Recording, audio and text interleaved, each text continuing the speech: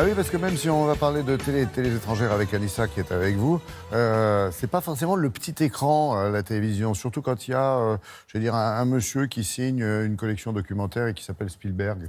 Ah bah, pas rien, un grand monsieur, ouais. évidemment. C'est ça. Une série documentaire diffusée sur le petit écran, signée par un as, le maestro, le roi du grand écran, évidemment. On ne présente plus Steven Spielberg, E.T., Les Dents de la Mer, Jurassic Park, La Liste de Schindler, enfin, et j'en passe. Commencez pas, parce que sinon, on est encore là. On y est encore. On est encore là demain. Alors, pour cette série documentaire, il s'est associé à un grand producteur qui s'appelle Alex Gibney, et tous les deux, un producteur américain oscarisé, et tous les deux, donc, ils ont signé cette série documentaire qui s'intitule Why We Hate. Pourquoi on hait. En français, ils l'ont traduit plutôt de l'homme à la haine. Alors pourquoi je vous dis en français ? Parce qu'en fait, il va y avoir une première mondiale de cette série documentaire sur la chaîne Discovery. Le 13 octobre, ce n'est pas rien. Elle va sortir donc dans le monde entier en même temps. Le sujet qui est traité, donc la haine. Pourquoi la haine ? Les origines de la haine. C'est le sentiment le plus controversé de la nature humaine. Haine, ouais. Pourquoi est-on ? C'est quand même une grande question. Alors, c'est Steven Spielberg, donc vous imaginez bien, c'est parfaitement réalisé, c'est parfaitement raconté, les images sont belles, les intervenants sont extraordinaires. Et avant de vous en dire plus, je vais déjà vous laisser regarder un petit extrait.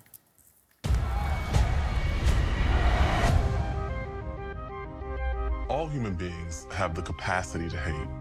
But what provokes feelings of hate or pushes us to commit acts of violence? The seeds of our psychology is really built to look for threats. My childhood memories are standing on a picket line, telling people they were going to hell. What is it that turns hate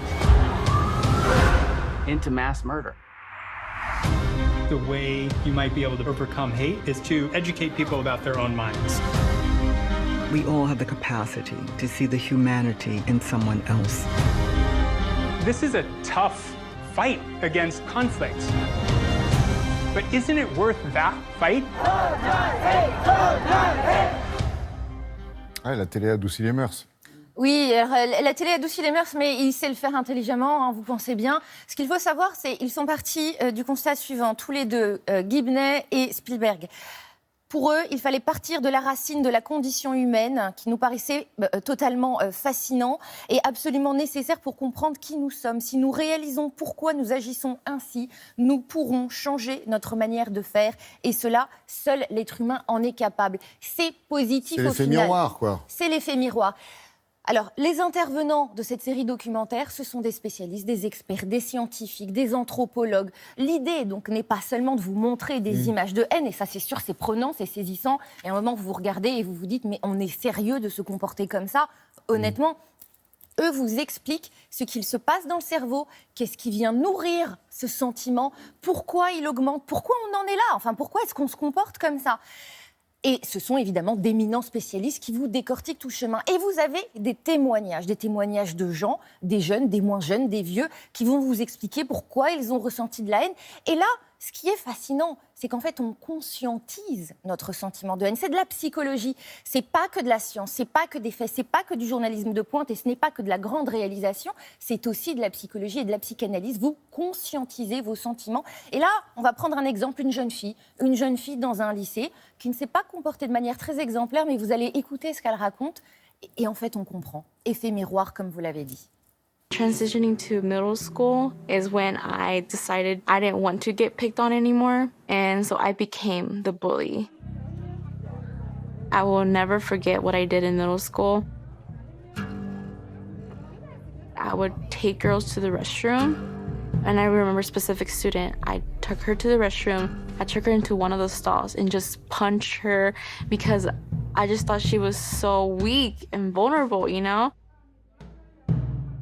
I did see myself in her, and so that always angered me to see her that way.